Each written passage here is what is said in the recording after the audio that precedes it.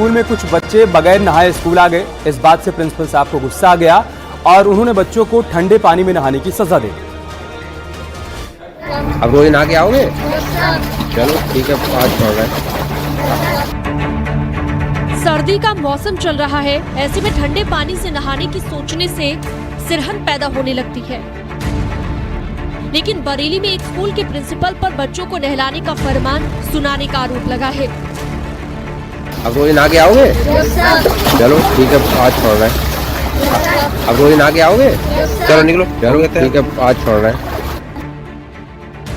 एक वीडियो सामने आया है जिसमें 5 स्कूली छात्र ठंडे पानी से नहाते हुए दिखाई दे रहे हैं। फरीदपुर के छत्रपति शिवाजी इंटर कॉलेज का ये मामला बताया जा रहा है। कहा जा रहा है कि स्कूल के 5 छात्र नहाकर नहीं आए थे, जिसका पता चलते ही प्रिंसिपल छात्रों पर बुरी तरह भड़क गए। स्कूल परिसर में लगे ट्यूबवेल पर 5 बच्चों को ले जाया गया। वहां पर 5 को हौद में कूदने के लिए कहा गया। बच्चों के नहाने के बाद प्रिंसिपल ने दोबारा उन्हें बिना नहाए स्कूल न आने की हिदायत भी दी। अब रोज नहा के आओगे? जानकारी के मुताबिक सोमवार का ये वाकया है। स्कूल में प्रार्थना सभा चल रही थी। इस दौरान प्रिंसिपल रणविजय सिंह को लगा कि कुछ छात्र बिना नहाए आ गए हैं, जिसके बाद छात्रों से पूछा गया। इन 5 छात्रों ने बता दिया कि वो नहाकर नहीं आए हैं। जब प्रिंसिपल ने वजह पूछी तो सभी ने बताया कि ठंड की वजह से नहीं नहाया।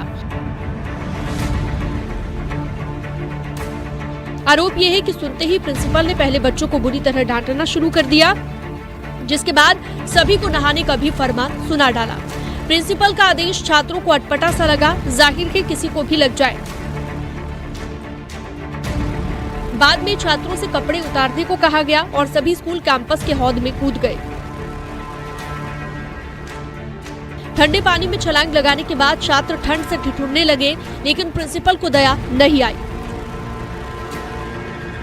कहा जा रहा है कि वीडियो खुद प्रिंसिपल ने बनाया था और व्हाट्सएप ग्रुप में शेयर किया था। धीरे धीरे ये वायरल होने लगा। प्रिंसिपल का कहना है कि कई दिनों से छात्र बिना नहाए स्कूल आ रहे थे। दूसरे बच्चों को मोटिवेट करने के लिए वीडियो को व्हाट्सएप ग्रुप पर डाला गया था। अब वीडियो सामने आने के बाद प्रिंसिपल निशान पर आ गए हैं। सोशल मीडिया पर लोग उनकी जमकर आलोचना कर रहे हैं। बरेली से न्यूज़ 18 के लिए चित्तरंजन सिंह की रिपोर्ट।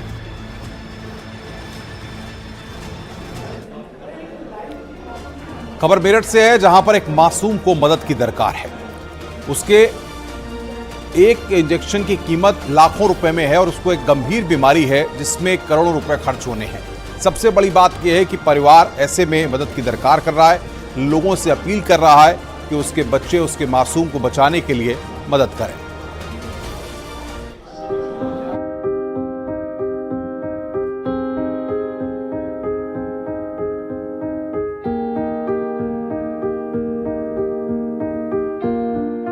बच्चे को गोद में लेकर एक पिता अस्पताल के चक्कर काट रहा है। मासूम को ऐसी गंभीर बीमारी ने जकड़ लिया है जो अमूमन बेहद ही कम लोगों में पाई जाती है। बीमारी गंभीर है, लेकिन उससे बड़ी चिंता ये है कि इसका इलाज करोड़ों में है। मासूम को स्पाइनल मस्कुलर एट्रोफी नाम की बीमारी है। इलाज के लिए इंजेक्शन की दरकार है, जिसकी कीमत 17 करोड़ 50 लाख की बताई जा रही है।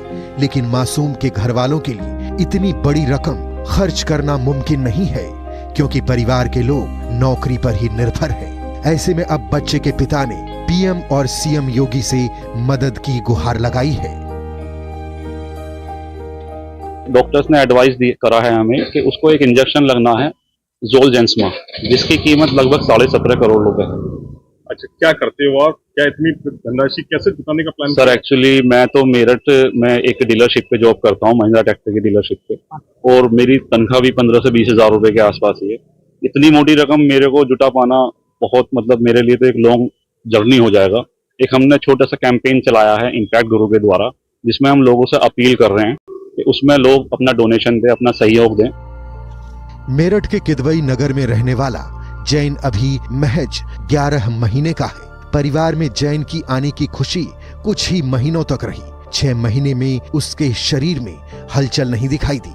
परिवार के लोगों ने डॉक्टर से संपर्क साधा तो मेरठ के डॉक्टरों को ये बीमारी समझ में नहीं आई, जिसके बाद वो देश के सबसे बड़े अस्पताल पहुंचे और वहां डॉक्टरों ने जो बताया उससे जैन के घर वालों के होश उड़ गए।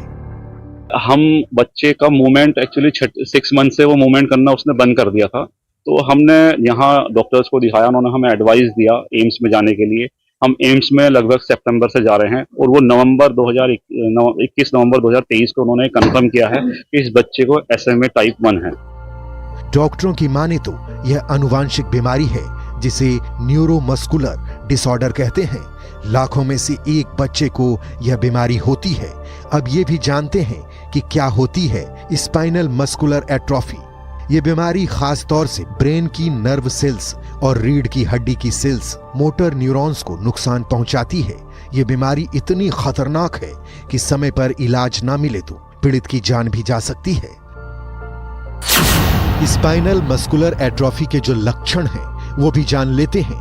ऐसे में हाथ पैर कमजोर होना, हिलने डुलने में समस्या, उठने बैठने में मुश्किल, मांसपेशियों में कंपकपी, हड्डी और जोड़ों की समस्या, निगलने और सांस लेने में परेशानी होना। स्पाइनल मस्कुलर एट्रोफी के 4 प्रकार हैं। टाइप 1 में 6 महीने से कम उम्र के बच्चे पीड़ित होते हैं। इसे सबसे ज्यादा गंभीर माना जाता है। टाइप 2 जो है वो 7 से 18 महीने के बच्चों में विकसित होता है। वहीं टाइप 3 18 महीने की उम्र के बाद दिखाई होता है और टाइप 4 बड़ों को प्रभावित करते हैं। अब मेरठ का मासूम जैन इस बीमारी की चपेट में आया है। जैन के पिता उसे बचाने के लिए हर संभव कोशिश कर रहे हैं। उन्होंने सांसद राजेंद्र अग्रवाल से मिलकर मदद की अपील की है। सांसद ने जैन की मदद के लिए स्वास्थ्य मंत्रालय को पत्र लिखा है। बच्चे की मदद के लिए सोशल मीडिया में कैंपेन भी चलाया जा रहा है। मेरठ से न्यूज़ 18 के लिए निखिल अग्रवाल की रिपोर्ट। से आफत बरसी है। दक्षिण तमिलनाडु के 4 जिले इस वक्त बाढ़ की चपेट में हैं। राहत बचाव कार्य चल रहा है, लेकिन फिर भी हजारों लोगों को मदद की दरकार है।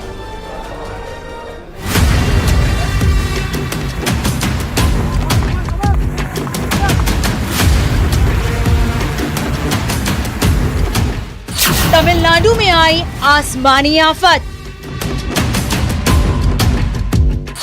गांव शहर पानी में डूबे। जहां तक नजर जाएगी वहां पर पानी ही पानी दिखाई देगा। घर, खेत, खलियान सभी पानी में समाये हुए हैं। रिहायशी इलाके पूरी तरह से पानी में डूबे हुए हैं।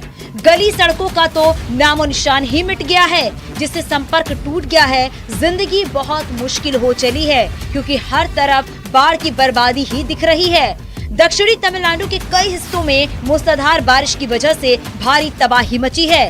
तिरुनेल वेली और थूथुकुडी के अलावा दक्षिणी तमिलनाडु के कई इलाके पानी की आगोश में हैं।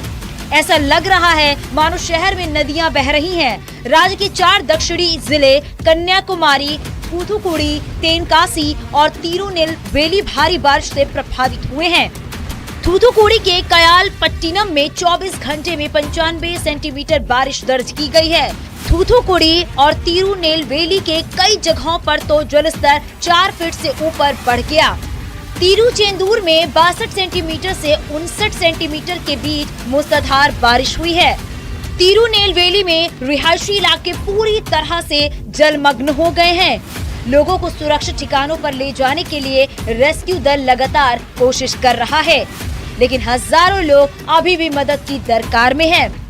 बाढ़ ने इतना बड़ा संकट पैदा कर दिया है जिससे खाने पीने में भी दिक्कतें आने लगी हैं। नागरकोइल में 100 से ज्यादा मकान पानी में समाधि लिए हुए हैं। स्थानीय लोगों के मुताबिक कुदरत का ऐसा विकराल रूप उन्होंने पहले कभी नहीं देखा। ऐसी बारिश और बाढ़ भी कभी देखने को नहीं मिली। श्री वैकुंडम में रेलवे ट्रैक को गिट्टी भरकर मजबूती दी गई थी, लेकिन मिट्टी के कटाव की वजह से बह गई। प्रशासन बाढ़ से प्रभावित लोगों के लिए भोजन और पानी की व्यवस्था करने की पुरजोर कोशिश कर रहा है। कुछ इलाकों में बारिश से राहत मिली है, लेकिन बांधों से पानी छोड़े जाने की वजह से जल भराव के हालात बने हुए हैं। थमीरा, बरानी समेत दूसरी नदियां उफान पर हैं। कन्याकुमारी के कई इलाकों में बाढ़ की समस्या बनी हुई है। ऐसे में दक्षिण तमिलनाडु के लोग राहत का इंतजार कर रहे हैं, लेकिन उनकी मुश्किलों को कम होने में वक्त लगने वाला है। Bureau report, news 18।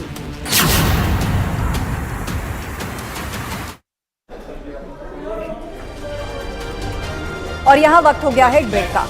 खबरों का सिलसिला लगातार जारी है, अब बने हमारे साथ।